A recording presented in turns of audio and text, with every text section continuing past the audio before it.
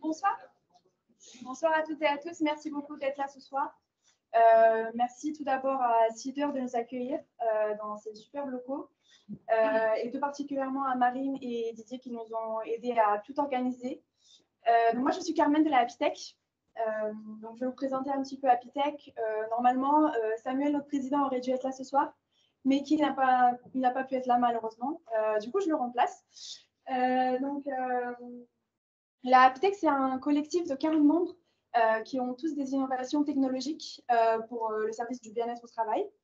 Nous en avons quelques-uns présents ici ce soir, donc notamment Claire Desmandit de Zénith. On a Julien qui fait partie des intervenants de Humoun, et nous en avons d'autres qui vont sûrement arriver. Donc voilà. Tout au long de l'année, on fait des événements, que ce soit des webinaires, des événements en présentiel, comme ce soir. Merci également à Anne-Cécile Luprel de People at Work MAC qui est ici présente et qui va animer la table ronde, et à tous nos intervenants. Je laisse la parole à Yann Thiemenet qui est le directeur commercial des travaux de Cider, qui va vous présenter un petit peu du coup en quelques mots Cider ce soir. Et, voilà. Je vais faire merci beaucoup. Parce que l'objet n'est pas ici. Déjà, merci d'être venu. J'ai vu que le temps s'est un peu dégradé, donc on est mieux ici qu'à l'extérieur. Juste pour vous expliquer qui on est une société donc de mobilier à l'origine, Cider, qui a, pour accompagner ses clients, créé une branche contractant. Donc, on fait maintenant l'ensemble on répond à l'ensemble des besoins de nos clients. On a eu comme réflexion d'être éditeur de mobilier, c'est-à-dire que plutôt d'être soit distributeur ou soit fabricant. On a eu l'intelligence à un instant, il y a 7 ans ou 8 ans, de se dire qu'on allait créer des mobiliers pour répondre à des usages. Ça, c'était avant le Covid, donc les choses étaient à peu près claires. Il y avait des bureaux, il y avait des salles de réunion, et il ne se passait pas grand-chose dans les espaces de travail. Et à cette époque-là, on a déjà anticipé le fait que les choses allaient changer. Parce que les collaborateurs avaient besoin de choses plus adaptées à leur fonction. Et du coup, on a commencé à créer des solutions qui sont des solutions de mobilité, pour se regrouper, pour s'isoler. Donc voilà, ça c'est la base de notre réflexion. Et du coup, on a maintenant une branche contractant qui répond justement toujours avec cette même personnalisation à des projets qui sont des projets complexes, où finalement les clients, ils ont un peu de mal à se projeter quand ils prennent des locaux, et ils sont dans une espèce de situation où ils ne savent pas de quoi l'avenir sera fait. Donc nous, l'objectif, c'est de les interroger déjà sur leur situation actuelle, essayer de les projeter sur leur situation à venir, et de mettre à disposition un aménagement qui va s'adapter à leur évolution. Donc ça veut dire qu'il faut avoir de la flexibilité, de la modularité, de l'intelligence. Et on travaille notamment en partenariat avec Fossol pour nous accompagner sur cette intelligence et avec d'autres partenaires. Et voilà, donc on essaye vraiment de les accompagner durablement pour qu'ils puissent avoir un aménagement qui leur correspond durablement. Et au-delà de ça, on en a parlé aussi avec Julien tout à l'heure, on essaye aussi de rassurer les collaborateurs. Parce qu'on s'est rendu compte que quand on embarque, quand on fait un projet dans des délais très courts, bien souvent, le collaborateur est un peu laissé de côté. Et on a créé une façon de procéder, donc un process qui fait que finalement, les aménagements, on les modélise en vidéo, qui sont des vidéos contractuelles. Donc, ça permet clairement de montrer au client ce qu'il va avoir.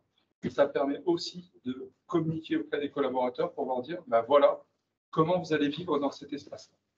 Et du coup, ça permet d'enlever des crispations, parce que tout est contractualisé, tout est clair. Il n'y a plus de zone d'ombre, aussi bien pour les dirigeants qui investissent beaucoup d'argent que pour les collaborateurs qui ont peur de déménager. Donc voilà un petit peu.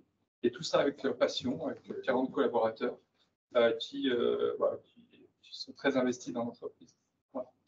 Merci de m'avoir écouté, parce que je n'ai pas été trop long. Merci Yann pour cette entrée en matière. Non, c'est bien d'avoir une entrée en matière avec un cas concret. C'est assez rare. En général, on commence sur des généralités et puis à la fin, on n'a plus le temps pour les cas concrets. Donc au moins, ça s'est fait. Voilà. On a coché tout. La table ronde est terminée. Le saucisson est là-bas. Est-ce que vous nous entendez au loin? Voilà, ça c'est une petite question technique préalable, comme ça au moins tout le monde est confortable. Alors bienvenue, merci effectivement d'avoir bravé les éléments et puis les QR codes qui fonctionnent ou pas. Enfin, si vous êtes là, c'est que vraiment vous avez envie. Et ça, c'est agréable. C'est un rendez-vous important et c'est un rendez-vous que j'ai eu le plaisir à travailler, à développer, à imaginer avec nos intervenants, parce que les espaces de travail, c'était le parent pauvre de la qualité de vie au travail il y a encore quelques temps, ou même de l'expérience collaborateur. Et aujourd'hui, ça devient essentiel. Et c'est vrai, on ne s'est jamais posé la question en fait, du bureau. Le bureau, c'était le taf, on y allait, quoi. Et aujourd'hui, en fait, le bureau, il se part soit de paquets cadeaux pour certains, soit d'éléments vraiment essentiels et qui coïncident avec les attentes des collaborateurs. Et c'est plutôt intéressant d'imaginer en fait le bureau de demain avec celles et ceux qui l'imaginent au quotidien. C'est vrai que dans mon travail de people at work, en tant que rédactrice en chef, mais aussi intervieweuse, je rencontre beaucoup d'architectes d'intérieur, de bureaux, de direction de l'environnement de travail. Et je peux vous dire, ils s'éclatent. C'est-à-dire que c'est vraiment, avec les DRH, les gens aujourd'hui les plus passionnés dans les boîtes, parce que tout est à faire.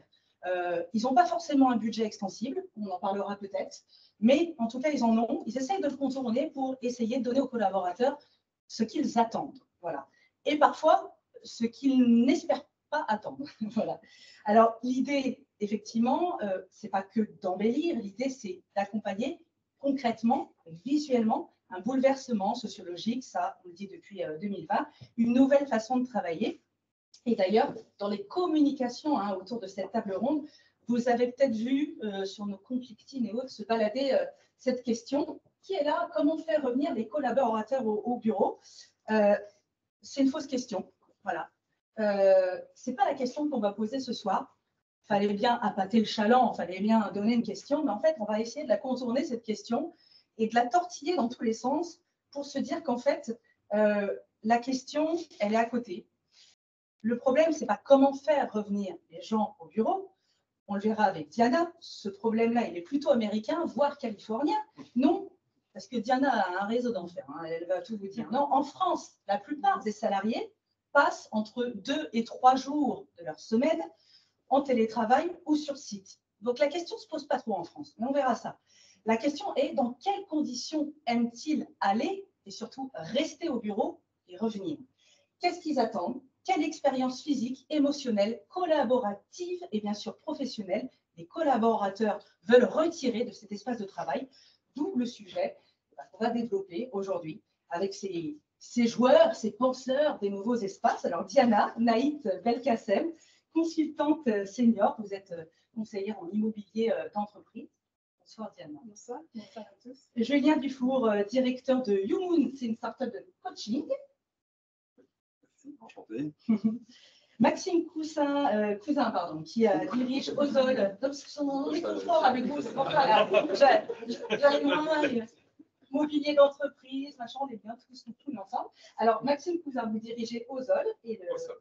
Ozol. Non, ça arrive à tout le monde. Et Yann Tevnet, directeur commercial, vous l'avez entendu, directeur commercial, travaux clés en main du groupe Cider. On va commencer avec des petites données qui ont été transmises par Diana. Voilà, elles sont ici. Des petits chiffres pour bien commencer, parce qu'on a tous fait des écoles de commerce. Alors, on vous écoute. Diana. Voilà, donc vous m'excuserez quand même pour commencer ces petites généralités, mais ça me semblait quand même intéressant de se pencher sur la question. Alors, Anne-Cécile l'a dit, en fait, la question du retour au bureau, c'est vrai que ce n'est pas une vraie question en France. Typiquement, en France, on a un rapport au bureau qui est assez émotionnel, ça a déjà été dit, et surtout, on a un rapport très social au bureau. On est grosso modo revenu assez tôt après la crise Covid. Je crois que si on regarde ce que la DARES avait recensé comme accord d'entreprise, on en était à plus de 4000 l'année dernière post-Covid. Donc, ça prouve bien que le télétravail est relativement encadré et qu'on est revenu au bureau.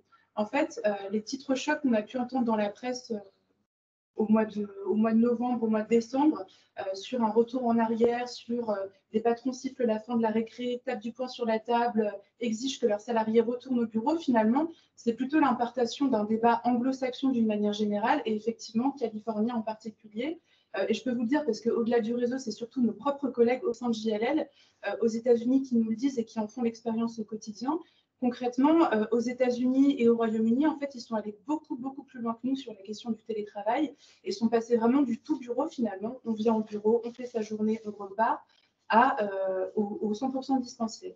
Et finalement, ce dont on s'aperçoit, c'est qu'aujourd'hui, il y a une vraie réticence à revenir au bureau parce que concrètement, si on prend les emplois tertiarisés aux États-Unis et même au Royaume-Uni, concrètement, on est sur le modèle de la maison individuelle avec le plus souvent une pièce à soi pour pouvoir télétravailler, tout le confort nécessaire pour pouvoir travailler et finalement assez peu d'incitation et de vrais enjeux à revenir au bureau. Je parlais du rapport social au bureau aux États-Unis et au Royaume-Uni. Et je peux vous le dire aussi d'expérience avec nos collègues, la question de la pause déjeuner, la question de la pause café avec ses collègues, ce n'est pas un sujet. Concrètement, ils arrivent à 7h, 7h30, ils font leur journée, ils essaient de compacter tout en très peu de temps et à 16h, 16h30, il n'y a plus personne. Donc typiquement, aujourd'hui, le bureau, il n'a plus la même signification pour les employeurs qui se demandent finalement pourquoi dépenser autant d'argent pour des salariés qui ne veulent plus se déplacer. Donc c'est vraiment un débat californien. En France, on est relativement revenu au bureau et je pense que vous pouvez tous peut-être en témoigner dans vos expériences respectives. On est autour de 2 à 3 jours par semaine de télétravail et donc 2 à 3 jours par semaine de présence au bureau. Et c'est ce que j'ai voulu mettre en exergue finalement sur la présence au bureau. On voit un vrai différentiel entre la France et les États-Unis et surtout entre ce que les salariés veulent et ce qu'ils font effectivement aujourd'hui comme télétravail. Et ce dont on se rend compte, c'est que finalement, aujourd'hui, on est arrivé à un point d'équilibre en France, c'est-à-dire qu'on a un niveau de télétravail qui est conforme à ce que les salariés attendent. Donc, encore une fois, cette idée de renversement de la table, de ça suffit de télétravail, en fait, c'est faux. La question, c'est pas tant salariés revenus au bureau, c'est surtout salariés revenus au bureau de manière harmonieuse et pour y faire des choses différentes de ce que vous faites à la maison. Et c'est là tout l'enjeu, et vous le disiez bien tout à l'heure, Anne-Cécile, c'est là tout l'enjeu. Et en fait, aujourd'hui, la question de l'accès au télétravail, c'est pas ça le sujet, c'est plutôt les conditions du retour au bureau qui cristallisent finalement un nouveau rapport de force entre, d'une part, des employeurs qui nous disent bah, en fait, on perd en cohésion d'équipe, on perd en innovation, et puis surtout, on perd en sentiment d'appartenance à l'entreprise, et des salariés qui, d'autre part, nous disent bah, moi, j'ai très envie de revenir au bureau, ça, c'est pas la question, mais par contre, ça a un coût en termes de temps, ça a un coût financier, et puis surtout, je viens effectivement pour voir mes collègues, mais j'ai quand même toute une part de travail individuel à faire. Et concrètement, aujourd'hui, les conditions ne sont plus réunies pour moi pour que je puisse effectuer ce travail individuel. Et c'est là, en fait, que le bas blesse. On se rend compte qu'aujourd'hui, le bureau ne répond plus aux attentes des salariés post-Covid. Et il y a un enjeu et un souci urbain aussi. On le sait, hein, Paris, c'est vidé. Ça, c'est vraiment les journalistes qui disent ça. Paris, c'est totalement vidé hein, des actifs et des collaborateurs, bien que. Mais c'est vrai qu'il y a, voilà, il y a quand même une problématique autour de ça. Et Julien, vous souhaitiez nous en parler un peu. Ouais, moi, j'aime bien. Enfin, c'est vrai qu'on peut revenir sur les chiffres. Je trouve qu'il y a une réalité quand même qui est parfois beaucoup plus complexe. C'est-à-dire que là, on voit vraiment des chiffres, c'est une moyenne. Nous, ce qu'on observe aussi, c'est qu'il y a quand même des grosses différences de génération. Donc là, on voit qu'effectivement, les salariés veulent revenir 3 jours, ils veulent venir travailler. Par contre, les conditions dans lesquelles ils viennent travailler et quels jours ils veulent venir travailler et pourquoi ils veulent venir travailler, ça, c'est pas toujours très bien appréhendé par les directions qui vont imposer certains jours et ça va taper à côté de la plaque. Donc moi, souvent dans cette réflexion-là, donc je trouve que derrière les chiffres, il y a quand même quelque chose de plus complexe. Et donc vous avez bien compris que moi, je ne suis pas du tout dans l'aménagement des bureaux, je suis plutôt dans l'accompagnement de l'humain. Moi, je pense qu'il y a un vrai sujet, donc on va discuter tout à l'heure, qui est vraiment la communication. C'est-à-dire que souvent, on demande des enquêtes, on a des résultats et on prend une décision. Et moi, j'ai une autre vision, et c'est ce que souvent on pousse, c'est que finalement, non, on va prendre une décision, il faut discuter. Parce qu'il faut discuter de la manière dont on va le réaliser. Donc moi, c'est souvent, derrière ces chiffres-là, il y a aussi un vrai sujet, parce qu'on ne peut pas exclure non plus qu'il y a ces chiffres-là. Il y a aussi des chiffres aujourd'hui où l'absentéisme est hyper fort. C'est 50%, je crois, des salariés français qui ont été absents au moins une journée l'an dernier. Donc, vous voyez, c'est quand même des choses aussi. Et donc, c'est se poser la question, finalement, qu'est-ce qui provoque en fait cet absentéisme? Et donc, l'aménagement des bureaux, il contribue. Mais comment le faire et comment limiter cet impact de l'absentéisme? Donc, tout ça se fait pour moi dans la communication. Maxime et Yann, on ne peut pas non plus charter et normer et généraliser le travail hybride. Alors, est-ce qu'on fait du cas par cas en fonction de chaque entreprise? Est-ce que chaque entreprise se pose ces questions en fonction de sa culture d'entreprise et sa manière de voir les choses? Ouais, bah, en fait, c'est même le gros enjeu aujourd'hui, c'est qu'on est passé, il y a eu un vrai changement de paradigme entre le bureau d'il y a 10 ans, 5 ans, et le bureau d'aujourd'hui. Avant, on avait quand même une sorte d'unité. On travaillait tous au même endroit, dans des créneaux horaires relativement synchrones. Tout le monde venait au bureau, dans le même bureau, entre 9h et 17h, 18h, et faisait son activité à un endroit assez identifié de l'entreprise. Il y a eu un éclatement de la notion de temps, il y a eu un éclatement de la notion de lieu. Et là est apparu le travail hybride. On s'est rendu compte qu'on réfléchissait non plus en lieu, mais en typologie d'activité et en typologie de pluralité de personnes avec qui on a d'échanges. Est-ce qu'on fait du travail individuel, est-ce qu'on fait du travail collaboratif?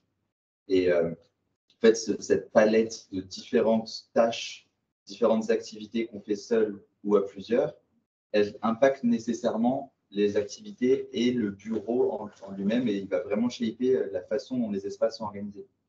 Tout ça pour dire que ça demande un vrai retravail à l'échelle de l'entreprise et un retravail à la maille de l'équipe, voire parfois même de la personne. Et en fait, dans une optique de co-création, de communication, en repartant à la singularité de chacun, puis aux enjeux de l'équipe, des activités des équipes, des usages, en mettant tout ça dans la compréhension de qu'est-ce que c'est la culture d'entreprise chez nous, comment est-ce qu'on impacte la notion de sens. Tout d'un coup, ça va donner une spécificité de l'espace qui est propre à une entreprise. Donc, on s'éloigne complètement des vieux modèles où on faisait une charte d'aménagement top-down où tous les plateaux se ressemblaient. Et globalement, ils se ressemblaient quand même assez bien chez EDF, chez Orange, chez Engie, etc. parce que ça restait un grand compte corpo. Et aujourd'hui, on réaccueille beaucoup plus cette notion de « OK, on est qui ?»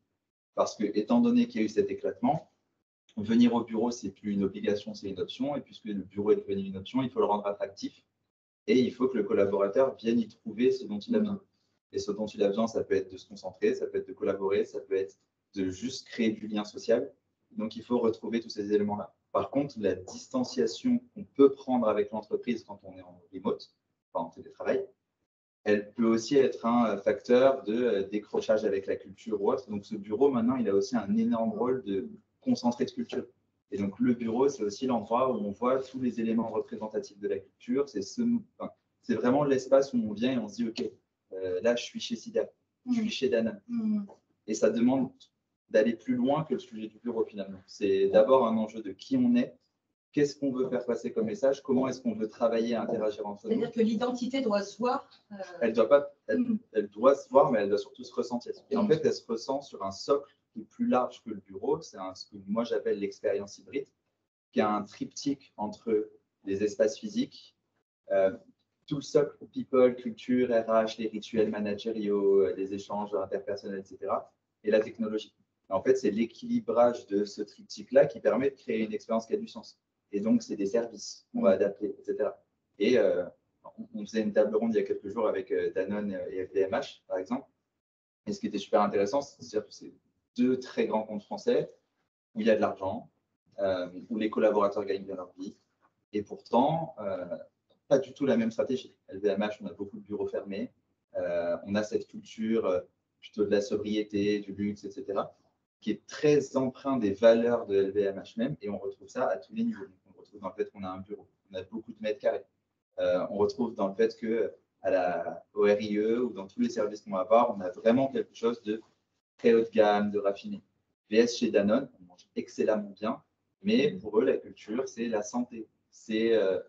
On va créer du bien-être au travers de nos actions. Donc, on n'a pas du tout les mêmes menus, on n'a pas du tout le même accueil et la même notion de est-ce que c'est chaleureux ou pas. Et les aménagements aussi retransposent cela. Donc, c'est vraiment une notion de comment est-ce qu'on va ficeler les services, les espaces, les activités. Et on travaille tout ça pour en créer des aménagements. C'est pas on fait du beau, c'est on comprend qui on est, on retranspose ça dans les activités et derrière, on le transpose dans de l'espace avec un liant qui va être la culture et les services qui redynamisent tout ça.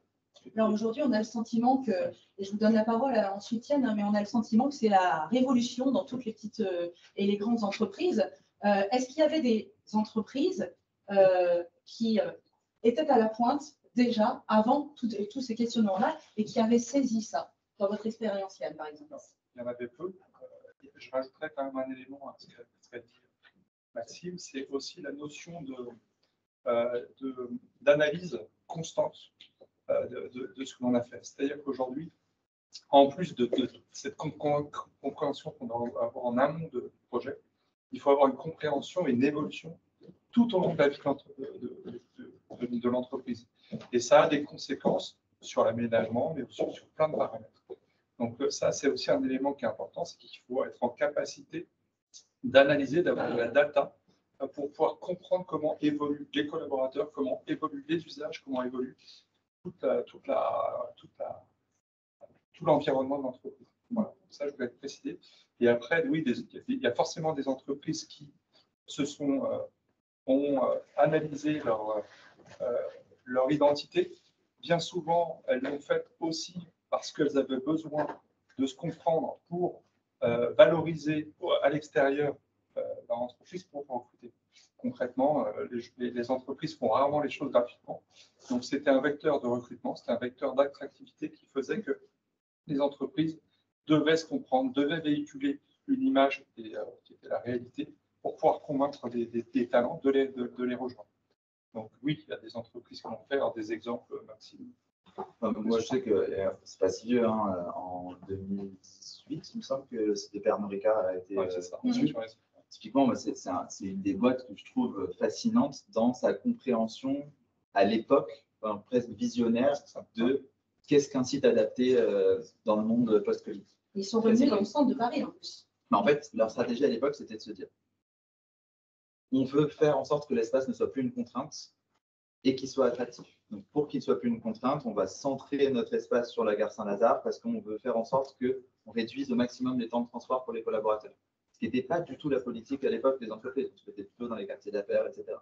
Ça a été le premier sujet. Le deuxième sujet, ça a été on veut faire en sorte que notre site soit attractif. Donc, on va miser sur les services, une très belle offre de services. Et on va miser sur, et c'est un motto qui se sont faits pendant tout l'aménagement, faire en sorte que notre site soit le plus Instagrammable de Paris. On a une vue sur le Sacré-Cœur, sur la Tour Eiffel, etc. Tous les espaces sont beaux, c'est très vitré. Parce qu'en amont, ils se disaient on veut recruter des talents plus jeunes, etc. On sait très bien que si les gens ils se prennent en photo, ils sont fiers, ils vont avoir envie de montrer qu'ils sont chez Pernod Ricard. Et en montrant qu'ils sont chez Pernod Ricard, ils vont créer de l'attractivité de facto. Et donc, ça va avoir un enjeu de marque employée. Et leur raison d'être, c'est la convivialité. Exactement. Et ils étaient obligés de faire des bars à tous les étages, parce que c'est clair. Et donc, c'est justement le troisième point. C'est très lié à leur culture d'entreprise et à leur raison d'être, il y a la notion de convivialité. Et quand on regarde un petit peu autour de ça, l'idée, c'était de se dire, on va avoir beaucoup plus de réunions, on va avoir beaucoup de gens qui, du coup, vont passer, se croiser, etc. On va avoir moins ce truc d'être tout le temps ensemble. Donc, il va falloir créer de l'informel, il va falloir créer de la friction entre les collaborateurs parce que de cette friction va naître des échanges qui vont permettre de stimuler l'innovation, etc., etc.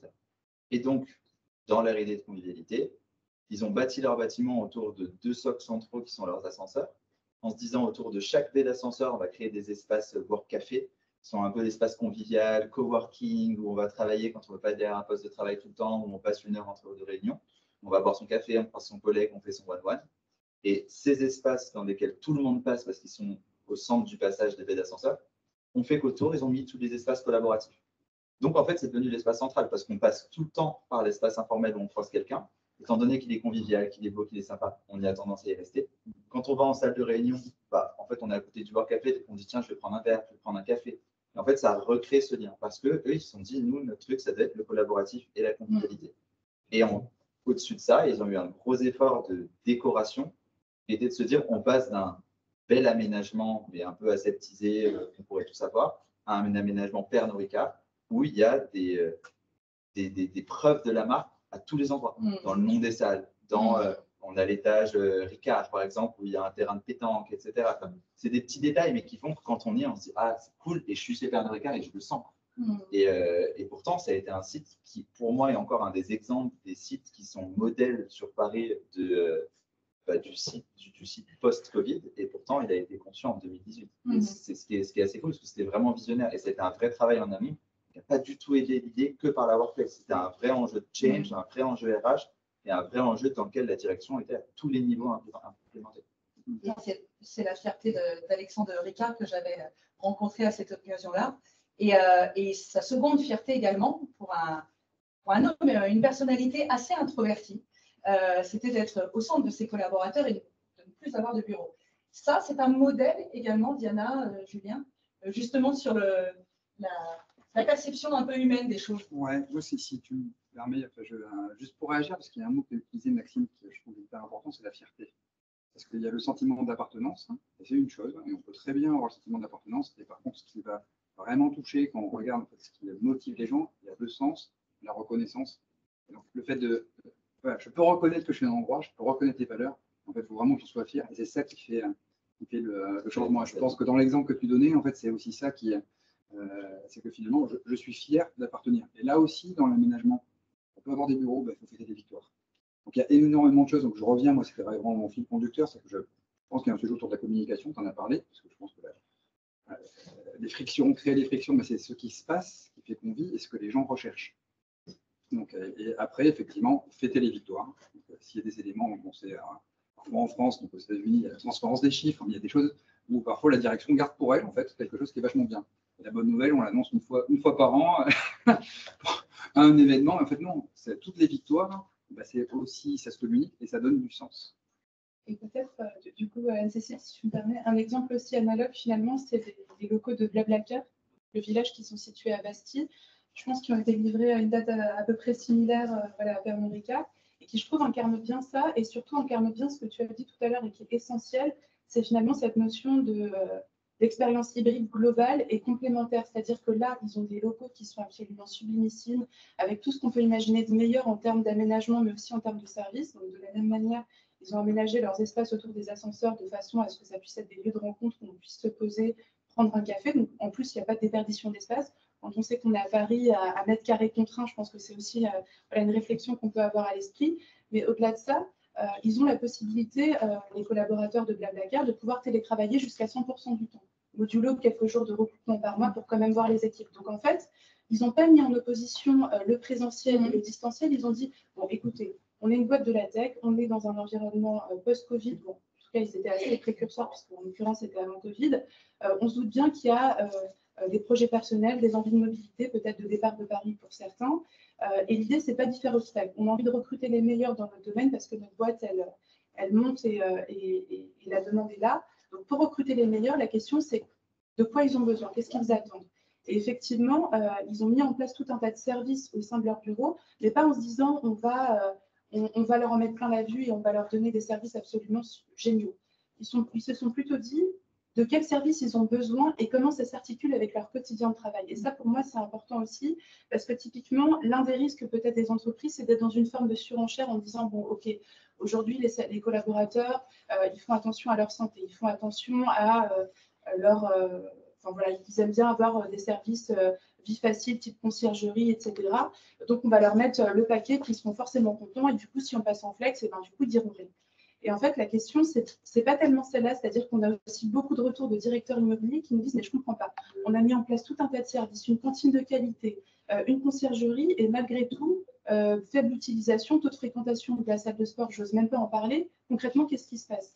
Et la question, c'est effectivement comment on a consulté les salariés. Concrètement, si on leur demande, bon alors, est-ce qu'une salle de sport, ça tente? Ils vont répondre oui. Est-ce qu'une conciergerie, ça tente? Ils vont répondre oui également. Concrètement, on va être dans une logique de qui peut le plus, peut le moins. La question, c'est plutôt comment ça s'articule, encore une fois, dans une semaine de travail.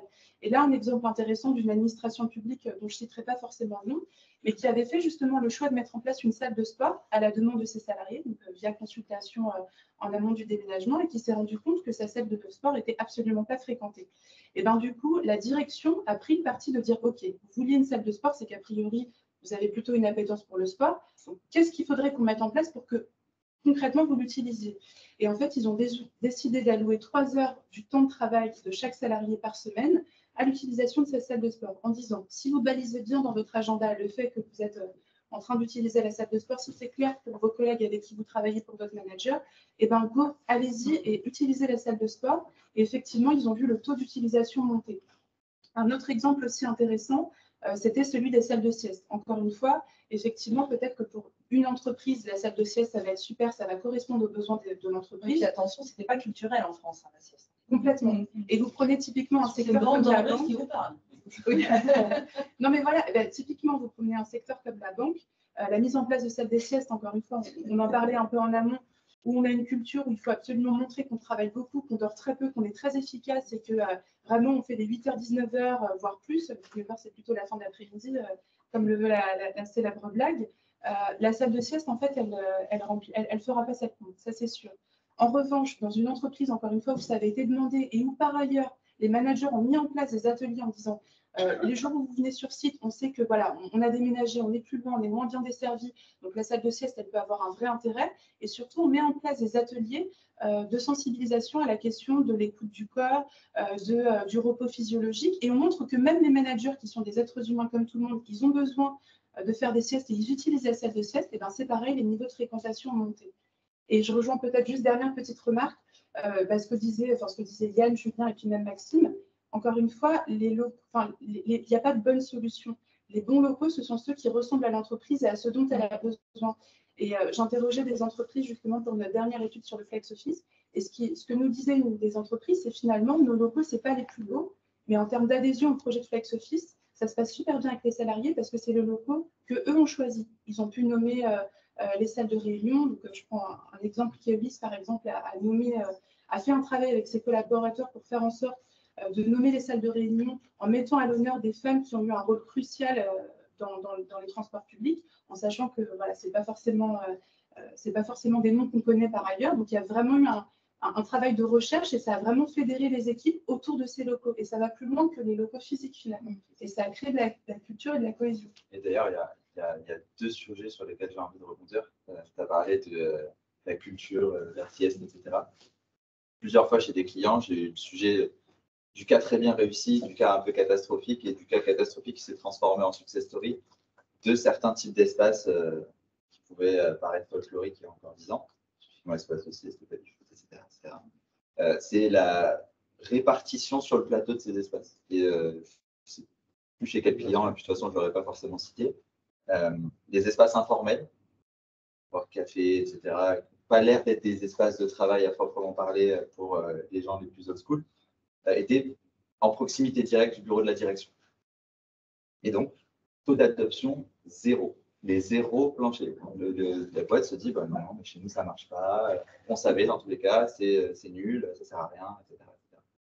Et bon, bah, construction, projet immobilier revenu en cause, parce que c'était une des stratégies qui avait été mise en place, etc. Et ça a duré 6-8 mois, jusqu'au jour où la direction a imposé aux managers et les directeurs et le CEO se sont imposés de les utiliser, de faire des meetings dedans, etc. Et en l'espace de 2 mois, c'était complètement inversé. Parce qu'il y a une notion d'incarnation. Ce n'est pas juste on fait les espaces, allez-y, c'est à la direction d'incarner le changement en tant que tel. Donc il y a une vraie notion, au-delà d'aller retravailler sur qui on est, le sens, pourquoi est-ce qu'on fait les choses, etc. Il y a aussi, il faut que top-down se soit incarné depuis le début et montrer l'exemple. Et je parlais de Blablacar, c'est notre client chouchoute parce que ils ont vraiment fait tout le playbook de ce qu'il fallait faire. Il y a quelques jours, on discutait du sujet du bureau et elle m'a dit une phrase que j'ai trouvée impressionnante. Elle me disait on est passé d'un bureau qui était fonctionnel à un bureau qui est expérientiel. Et en fait, c'est juste là la grosse différence. C'est que en fait, on vient au bureau pour vivre une expérience de travail, une expérience humaine, une expérience collaborative. Et en fait, quand ils ont conçu l'espace avec ça en tête, ça a tout changé. Et du coup, maintenant, Blablacar ont le problème inverse pour certaines boîtes, c'est que eux, ils ont trop de monde qui vient au bureau. Alors que tout le monde peut ne pas venir au bureau s'il voulait. VS des entreprises qui disent non, essayez de revenir plus, qu'est-ce qu'on peut faire pour créer de l'attractivité, etc. Et à l'inverse, j'ai un énorme cabinet de conseil qui a des très beaux bureaux, qui a énormément d'argent qui a été mis en place. On fait un nouveau site. Ils ont mis sur un petit site, je ne sais pas, peut-être 500 personnes, 5 millions d'euros, tout refaire, les services, etc. Donc, tout refait. Et elle me dit, taux d'adoption et d'utilisation des espaces avant et après, rien n'a changé. Parce que c'était juste du wow et ce n'était pas travaillé avec les collaborateurs dans une notion. Ça ne fait pas grincer des dents? Ah bah si, forcément. Parce que tout d'un coup, il y a une défiance de la direction dessus qui se dit, en fait, voilà, on avait raison, les services généraux, l'immobilier, c'est un poste de dépense. Parce que on n'a pas réussi à comprendre comment amener la chose. Et je pense que c'est un synonyme aussi de l'échec de réussir à vraiment comprendre ce qu'il faut pour les collaborateurs et juste se dire, bon, on va leur faire un truc beau et sympa et c'est bon, ils vont revenir, quoi. Alors qu'en fait, c'est pas ça du tout. Je pense qu'aujourd'hui, le point commun des projets réussis et des projets qui ne le sont pas, c'est le temps qu'on consacre en amont du projet. Et on voit sur toutes les success stories qu'il y a un vrai temps d'analyse, un vrai temps de co-création avec les collaborateurs, avec les managers, avec les directeurs. Et malheureusement, dans les timings aujourd'hui des projets, c'est souvent ce temps-là qu'on va annuler au profit des délais qui sont des délais impératifs sur les projets. Et nous, on se bat. Je pense que tous les acteurs aujourd'hui se battent. Il y a tous ceux qui ont envie d'accompagner véritablement bien leurs clients pour justement préserver ces temps. Et on est sur un marché où les prises à bail sont complexes, où les décisions doivent se prendre vite. Et en tout cas, les temps de latence entre je quitte mes locaux, je prends de nouveaux locaux, on doit les quasiment faire parce que c'est nul. C'est à zéro délai pour ne pas perdre d'argent. Et ça fait qu'aujourd'hui, il y a peu d'entreprises qui se rendent compte des impacts que ça peut avoir. Donc, si on a un conseil, si j'ai un conseil en tout cas à donner, c'est bien maturer son projet avant de se lancer, bien prendre en considération, parce qu'il n'y a pas uniquement l'aspect immobilier. L'aspect immobilier, c'est finalement moins 30% de la réussite du projet. Mais il y a tout ce qui se passe avant et il y a tout ce qui va se passer après. Donc, on est d'accord. Julien, on revient sur la concertation et les échanges. Sur la concertation et les échanges. Et puis, en fait, moi, j'aime bien, je rebondis sur les mots des autres. C'est plus facile pour moi, mais le côté expérientiel, je pense que de toute façon, on va y aller tout droit parce qu'on a eu un webinaire il n'y a pas longtemps sur la Gen Z. Et c'était assez éloquent. Donc, je vois mes gamins et on a interviewé donc, un certain nombre de jeunes de cette génération. Mais à quoi ça sert de venir au bureau si je peux faire la même chose de chez moi? Et c'est vrai qu'on a affaire à une génération en fait, peuvent se réunir à plusieurs milliers, voire plusieurs millions sur une plateforme. Et chacun, ils peuvent sympathiser. En fait, aujourd'hui, les gamins, en fait, ils se voient presque plus en physique. Ils passent des très bons moments en fait, juste sur des plateformes. Et donc, il y avait ce propos, donc il était vraiment, si je viens en physique, c'est que je dois vivre une expérience qui est meilleure que celle que je peux vivre en fait, à distance. Et je pense que c'est, en vrai, je vais vous dire, moi, je pense que même les plus anciens, parce que je fais plutôt partie de cette cohorte, en fait, j'ai bien envie aussi de vivre en fait, une expérience en fait, sympa quand je me déplace au bureau. Donc, trop tard. Jamais trop tard. Tant qu'on n'a pas passé l'arme à gauche. Mais effectivement, Non, c'est pas dans les plans. En termes de typologie des espaces, ce qu'on a pu prendre encore une fois à la faveur de cette étude sur le flex office, c'est qu'on est passé d'un bureau complètement monolithique avec un espace de travail individuel, très formel, à aujourd'hui des espaces plutôt collectifs, à la fois formels, mais aussi et surtout informels, et des espaces qui sont modulaires. Et ça, effectivement, c'est ce qui va attirer les salariés, parce que typiquement, on ne retrouvera pas chez soi, donc il y a un effet de complémentarité. Pour autant, et je pense que c'est aussi un autre écueil de la part des entreprises, et c'est important de l'avoir en tête, même si on a digitalisé la manière dont on travaille avec le travail hybride, concrètement, pour beaucoup, les métiers ne se sont pas transformés. Et il faut aussi pouvoir continuer à répondre aux besoins du bureau d'avant Covid, à savoir les besoins de concentration, les besoins de travail individuel. Et typiquement, il y a aussi un paradoxe qui se crée chez les salariés, c'est-à-dire que quand on les interroge et qu'on leur demande pourquoi ils viennent au bureau, effectivement, ce qu'ils vont répondre spontanément, c'est cette notion d'expérience collective. C'est je viens pour socialiser parce que concrètement, quand je suis chez moi, ça, je ne peux pas le faire. Mais pour autant, quand on leur demande OK, et de manière effective, qu'est-ce que tu viens faire au bureau? Là, ils nous répondent, pour la moitié du temps, je fais du travail individuel. Or, les conditions ne sont plus réunies pour moi pour que je puisse travailler de manière efficace. Et quelles sont les solutions aujourd'hui pour favoriser ce travail individuel? C'est super marrant quand tu dis ça, parce que quand je réfléchissais en t'entendant, et donc j'ai mon activité au sein de Sol, mais j'ai aussi un cabinet de consulting pour lequel je travaille sur des sujets de futur work, et justement sur la redéfinition de cette expérience hybride. Et on accompagne majoritairement des entreprises de rencontre CAC 40 sur ces sujets de redéfinition de la philosophie de travail avant même de parler de bureau, etc. Et du coup, forcément, le bureau et les activités arrivent à un moment ou l'autre. Et la dernière mission que j'ai faite pour une grosse banque d'assurance, donc on parle de 20-30 000 collaborateurs, c'était assez intéressant parce qu'on avait des execs, on discutait avec eux, on leur disait, OK, on va repartir de base, on va créer des espèces de pools représentatifs de personnes qui font de l'administratif, de la finance, du terrain, des commerciaux, etc. On va essayer de comprendre un petit peu avec eux et lister les activités. En fait, on leur a dit, lister ces activités-là, ça va permettre de nous définir l'ensemble, en tout cas un panorama global de ce qu'on fait en termes de travail. Et on va essayer de les mettre dans 3 buckets. Ce qu'on veut faire seul à la maison, ce qu'on veut faire au bureau et ce qu'on peut faire en hybride. Et pour autant qu'il y a pas mal de gens très intelligents, etc., la liste des activités qu'ils étaient capables de lister était vraiment minime. C'était on fait des réunions, on fait des appels, on se concentre. Et ils ont eu vachement de mal à comprendre qu'il fallait aller tellement plus granulaire que ça. Ok, est-ce qu'on fait des réunions d'information? Est-ce qu'on fait des réunions dans lesquelles on doit prendre des décisions? Est-ce qu'on fait des réunions à 20? Ou est-ce qu'on fait des réunions à 2? Est-ce que c'est un entretien annuel? Et en fait, la redéfinition de toutes ces tâches et l'éclatement en des micro-éléments va permettre derrière de se dire, OK, est-ce qu'on fait des appels? Est-ce que des appels commerciaux? Est-ce qu'on peut bouger? Est-ce qu'on peut être convaincant? Est-ce qu'on fait des appels formatifs, etc. Et en fait, on a refait ça pour chaque grande catégorie d'activités et on les a classées.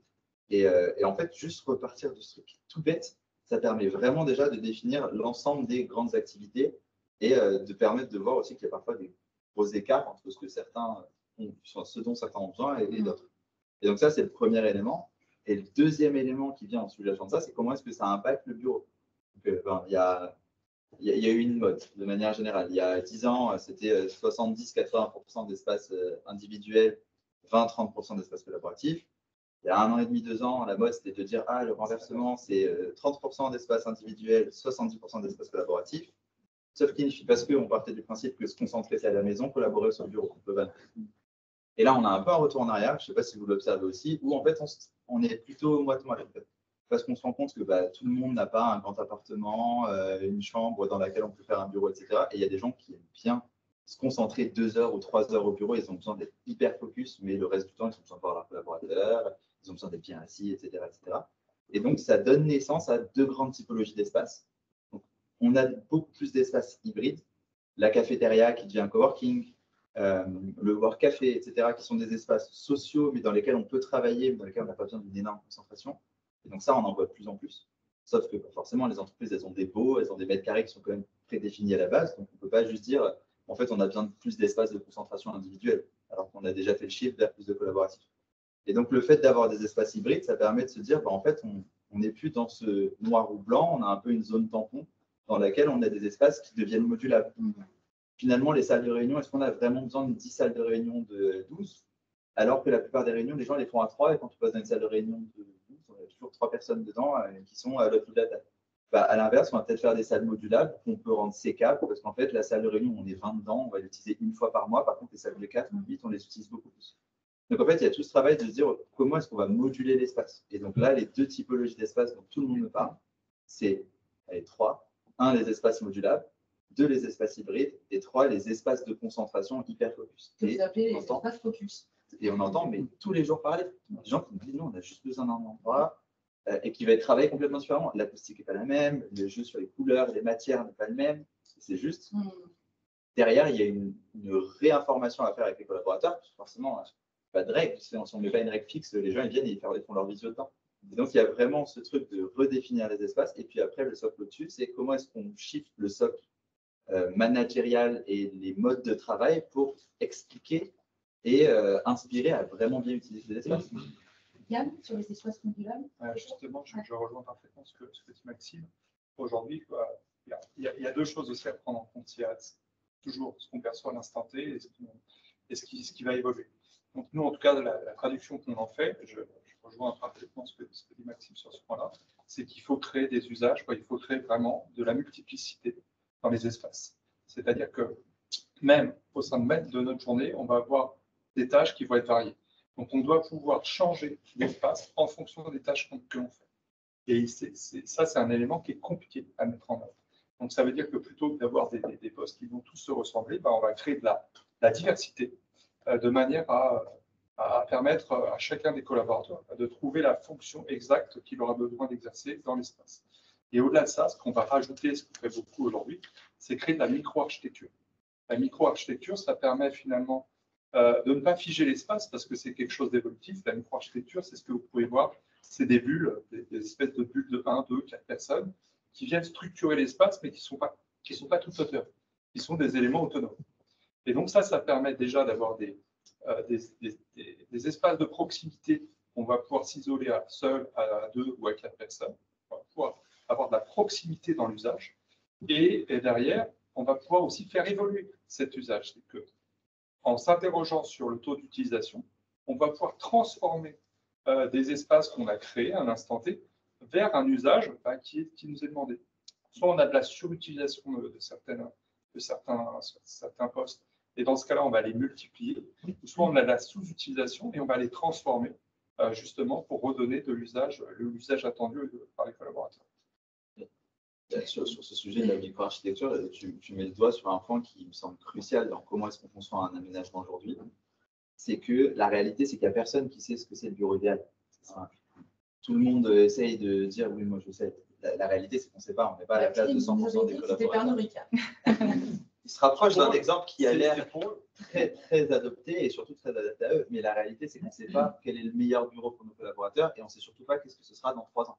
Sauf qu'on ne refait pas un projet d'aménagement. Ou alors, c'est des très bons financiers.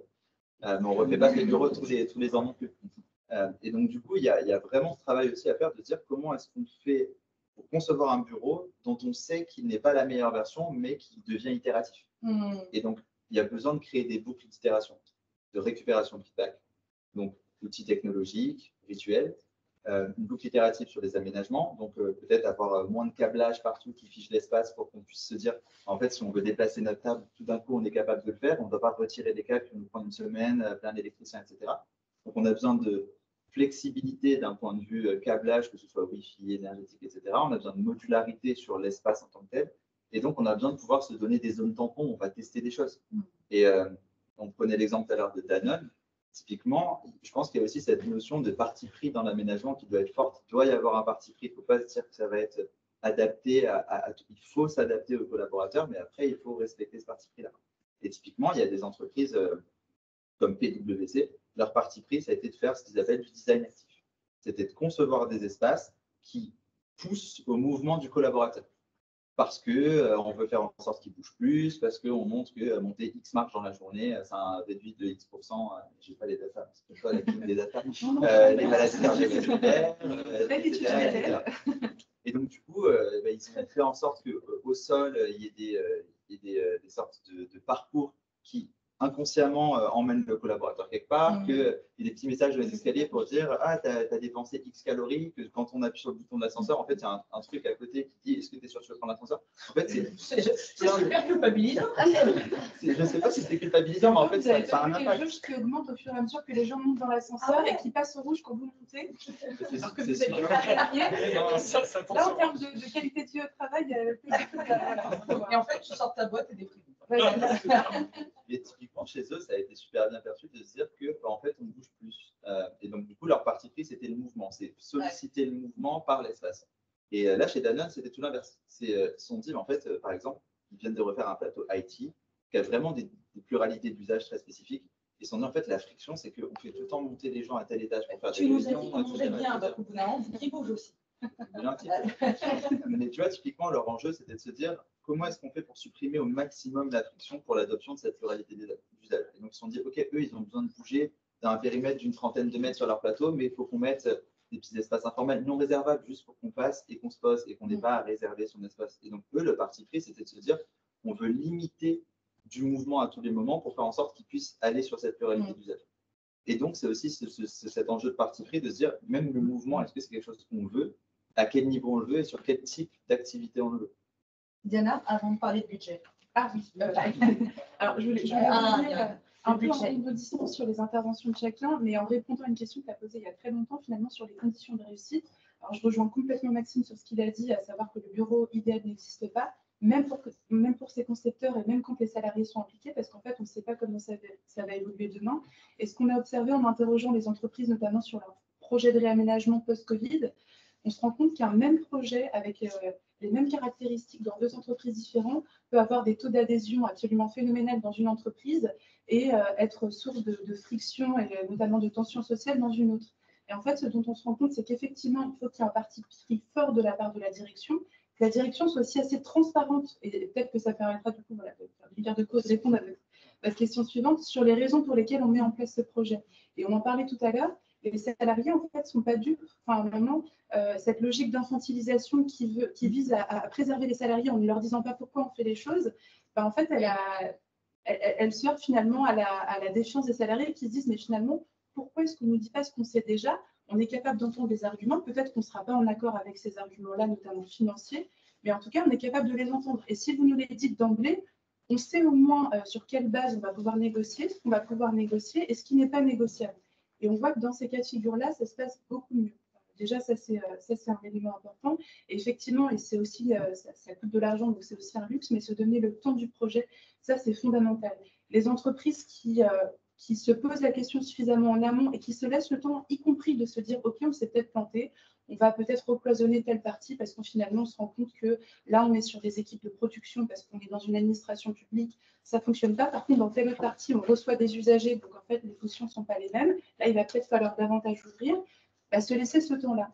Et j'ai l'exemple d'une entreprise qui a décidé finalement de ponctionner une partie de son budget dédié à son déménagement futur pour faire un espèce de showroom très modeste, beaucoup plus petit que celui-là par exemple, mais vraiment sur une zone allée de 20 mètres carrés, où elle a décidé de tester plusieurs types de mobilier et où elle a fait finalement, elle a organisé une forme de rotation de ses équipes pendant 15 jours. Chaque équipe est venue tester. Chaque équipe a fait ses retours et ça permettra d'avoir à la fin un aménagement qui soit à la fin qui soit concerté parce que chaque salarié aura pu tester ces équipements-là, mais surtout qui soit différent en fonction des équipes et des activités qu'ils mènent. Et en fait, ils se sont dit, ça peut apparaître comme une forme de perte de temps et de perte d'argent, mais en fait, ça nous permettra, quand on déménagera dans 2 ans, parce que dans 2 ans, c'est la fin de notre bail, de savoir vers quoi on a envie d'aller. Et du coup, ils ont pris le parti de dépenser en amont cet argent-là en se disant, ce sera du temps et de l'argent de gagner après. Diana, quand on a préparé cette table ronde, juste rebondir là-dessus, il y a quelque chose qui t'agace énormément, c'est quand on dit que les salariés, mais je crois que c'est le cas aussi, Julien, c'est quand on dit que les salariés sont des enfants gâtés, tellement on leur donne tout. Oui, c'est ça. Alors, Julien, je ne sais pas si tu veux rebondir sur cette question. Non pas que je m'en décharge, mais… Non, c'est vrai que moi, c'est un sujet qui me passionne parce que c'est en coaching, on parle de métacommunication, c'est que parfois, on regarde systématiquement, on vit la même chose, mais on ne perçoit pas la même chose. Et souvent, la direction dit je fais plein de choses pour mes salariés, c'est vraiment des ingrats, ils ne les utilisent pas. Je donne un exemple tout à l'heure. Et on s'aperçoit que quand on va sonder les collaborateurs, bien sûr, ils n'ont pas du tout la même vision, en fait. Donc, ils ont vécu exactement la même chose. Mais ça va être plutôt en disant oui, non, mais ils ont fait ça, mais ils ne l'ont pas fait de la bonne manière. On revient sur ma martingale, en fait, c'est toujours voilà, j'ai pris une initiative en étant persuadé en fait, que c'est ce qu'il fallait faire. Parce que j'ai eu des informations, donc on m'a donné une étude. J'ai dit, ok, je vais faire ça et ça va leur plaire. En fait, je n'étais pas à côté. Mais si je peux donner la réponse inverse, peut-être pas inverse, mais nuancée. Je le vois, et si je le vois à ma hauteur dans une petite boîte de 20 personnes, j'imagine que ça existe à tous les échelons d'une boîte. En fait, il y a juste un manque de se mettre dans les baskets de l'autre. Parce que en tant que dirigeant, ça m'est arrivé plusieurs fois de prendre des décisions et de faire des choses qui me semblaient être les meilleures et de m'être tordu le cerveau sur essayer de trouver la meilleure solution, faire en sorte de contenter tout le monde, etc. Et de voir dans mes équipes une sorte d'incompréhension, de frustration, etc. Et ça venait d'une mauvaise communication en amont, etc. probablement. Mais en fait, je me suis rendu compte que quand on en parlait, c'est putain, c'est vrai que j'avais pas pensé au sujet, j'avais vu que ma direction, mon impact, etc. Et en fait, je dis, en fait, c'est vrai que je comprends mieux et le fait de juste se dire, ok, mais comment tu aurais fait à ma place ok, qu'est-ce que tu en penses, etc. C'est une défiance, on en revient toujours à ça, c'est le manque de communication amène une défiance. Et à partir du moment où tu as la défiance, quelle que soit la décision que tu prends, c'est jamais la bonne. Donc, c'est-à-dire que si tu as de la concertation, si tu arrives à communiquer que finalement la décision, elle soit collective, parce que je pense qu'aujourd'hui, tout nous amène à ça, à partir du moment où tout le monde se sent concerné par un projet, quel qu'il soit, il a beaucoup plus de facilité à l'accepter.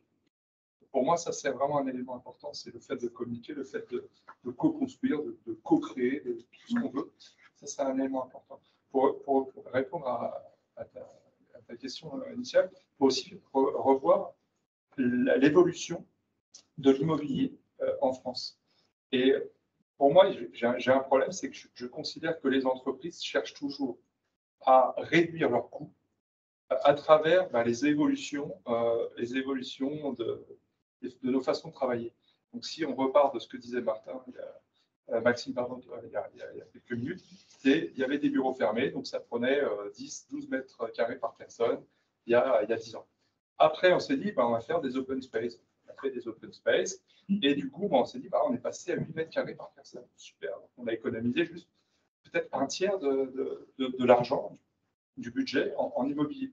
Et c'est pas Sachant que pour c'est le deuxième poste de coût d'une entreprise. Voilà. Donc, du coup, c'est pas pour autant qu'on a mis plus d'argent dans les aménagements. Non, non, c'est une économie. Et donc, le Covid, on s'est dit, bah, tiens, c'est une bonne idée, ça. Ce que je vais faire, c'est que je vais réduire encore un peu plus le nombre de postes de travail.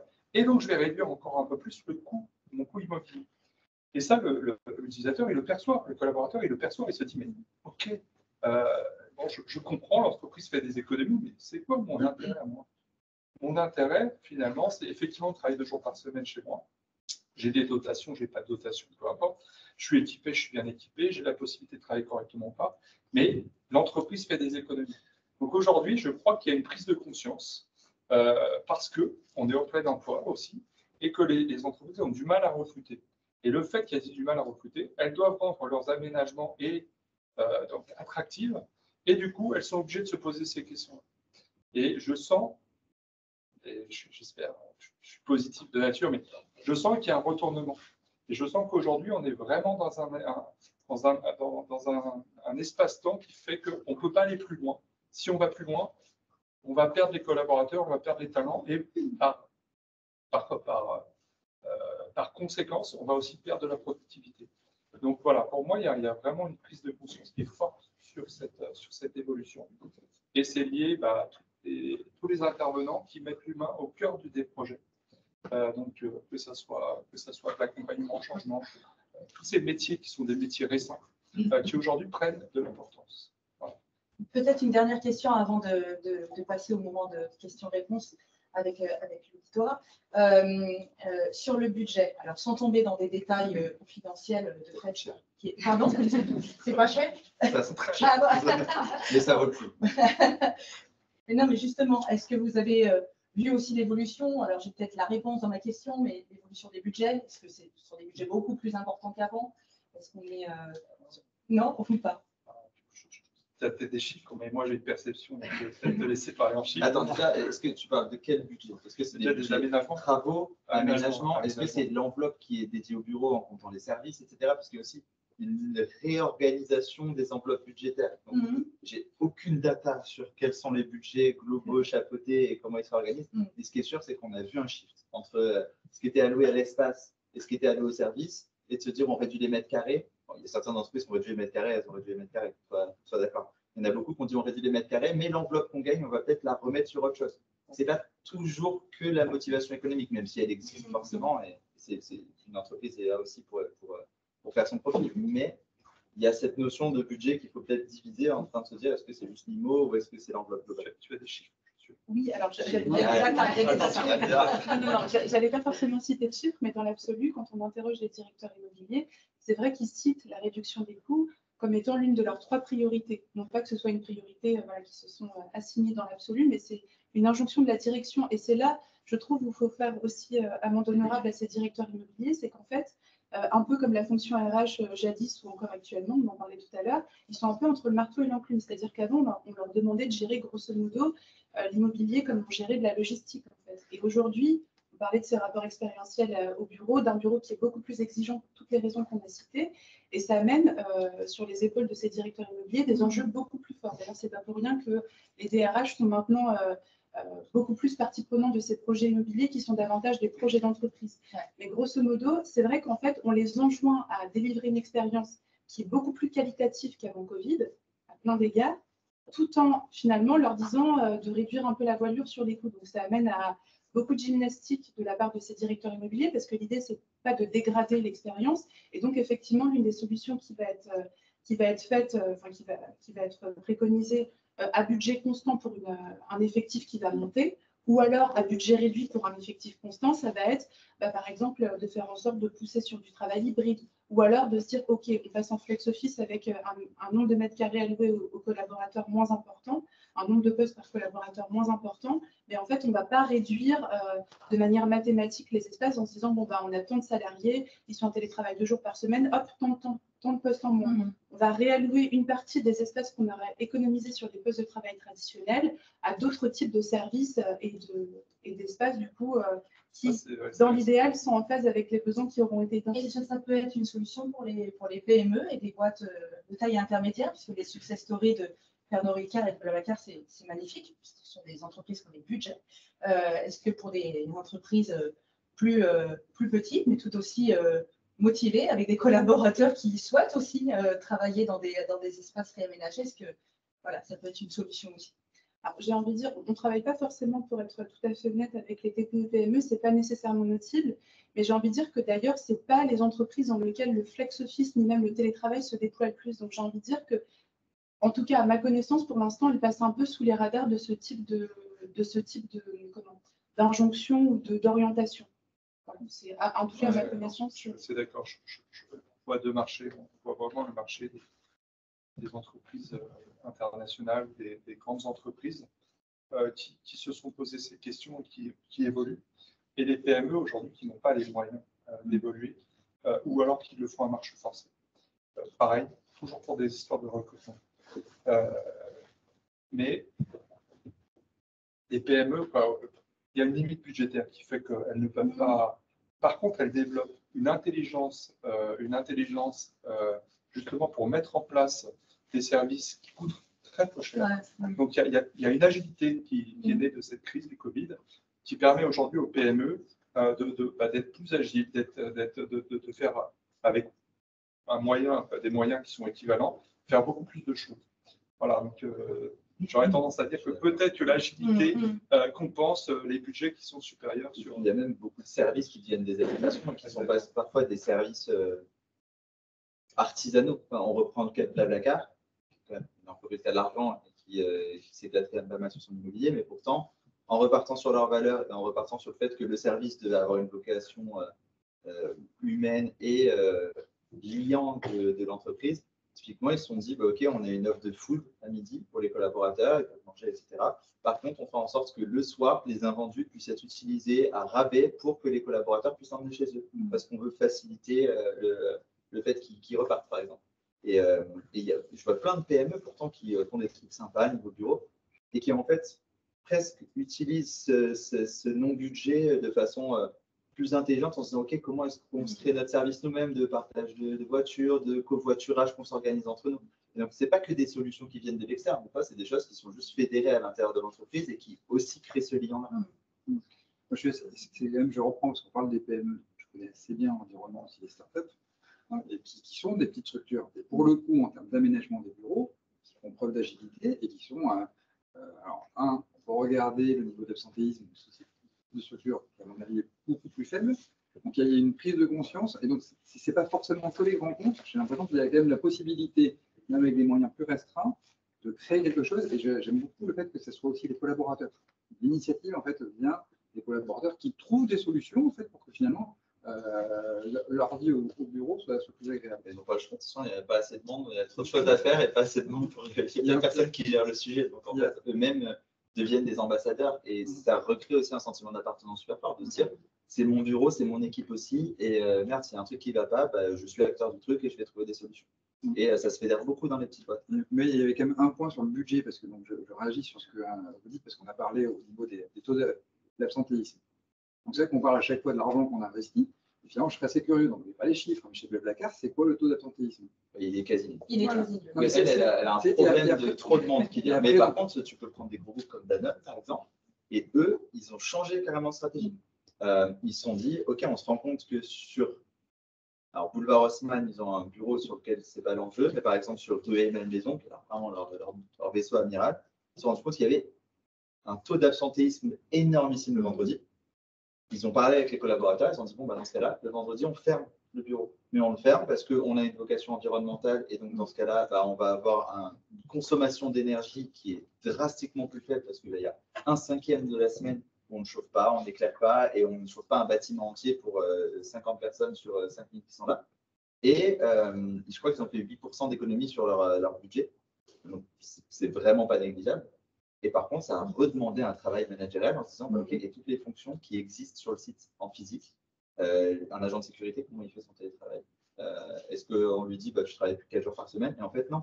Ils ont retravaillé. Donc, il y a eu de l'innovation immobilière qui a été poussée par les éléments culturels, etc., qui a mené à l'innovation sociale au sein de la boîte. Donc, même à l'échelle de grosses boîtes, il y a des choses qui se font. Mais je pense que c'est vraiment l'aménagement des bureaux. touche aussi toute la partie culture managériale. Enfin, après, c'est toujours la poule et l'œuf, en fait. Chez Blablacar, est-ce que c'est parce qu'il y avait une culture managériale qui était peut-être différente que du coup, ils sont arrivés sur un aménagement des bureaux? Frédéric Mazella l'a dit, et il l'a dit aussi, il a beaucoup dit dans des interviews, il n'est pas forcément pour le télétravail. Il n'a pas cette culture-là. Pourquoi? Ce n'est pas qu'il n'a pas confiance en ses collaborateurs, c'est qu'en fait, il pense vraiment que la communion d'âme et la communion d'intelligence, c'est de là que sont créées les meilleures initiatives. Donc, il y a, et effectivement, Blablacar et l'aménagement de Blablacar, c'est né aussi de sa réflexion personnelle aussi. Et si je peux juste me permettre un point que tu disais sur ces entreprises-là, c'est que, mine de rien, la compréhension juste de l'enjeu du collaborateur, au bout d'un moment, elle sort de juste la volonté du dirigeant. Et au bout d'un moment, ce qu'on pense être la vérité et ce dont on a besoin, c'est plus forcément ce dont l'entreprise a besoin. Et donc, c'est là aussi où on voit des shifts entre en fait, la culture qui s'est instaurée dans l'entreprise et la culture qu'on pense être la bonne. Et souvent, c'est là où il y a un désalignement qui se crée dans ce passage à la petite boîte, à la grosse boîte, par exemple. Et c'est un gros problème sur les aménagements. Merci à tous les quatre. On va peut-être vous proposer d'interagir si vous avez quelques questions. Non, c'est que les réponses ont été dites. Ah ouais. Il est 20h02. Ah oui. Ok. Vous êtes sûr? Très bien. Écoutez, merci beaucoup.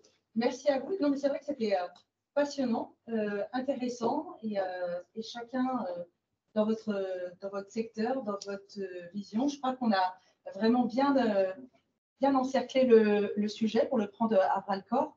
Et ce qu'on peut retenir en fait de cette table ronde, c'est que l'enjeu et peut-être l'avenir du bureau comme site attractif, c'est de devenir un hub collaboratif, attractif et où il se passe des choses. Voilà, et évolutif, tout à fait. Alors, merci Julien Dufour, directeur de BioMoon. Merci Maxime Cousin. On va ça.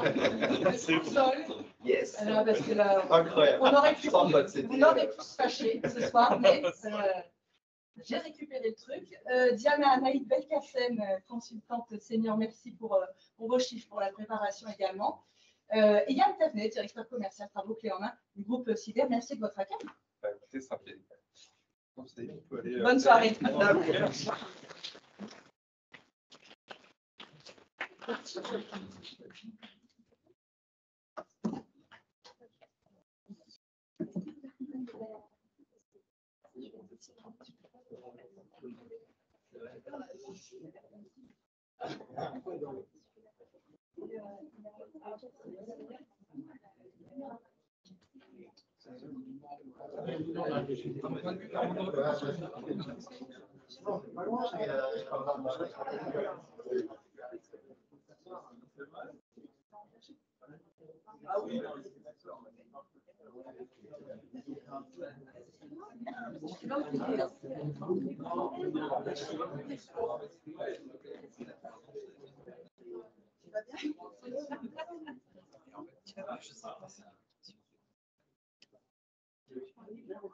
Non, mais c'est. Il n'avait pas utilisé son très bon forum. Il a fait des conférences. Ça se dit c'est super intéressant.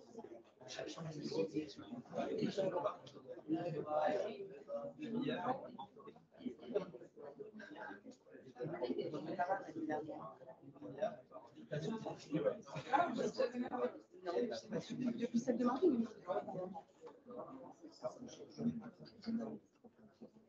Non, j'avais complètement.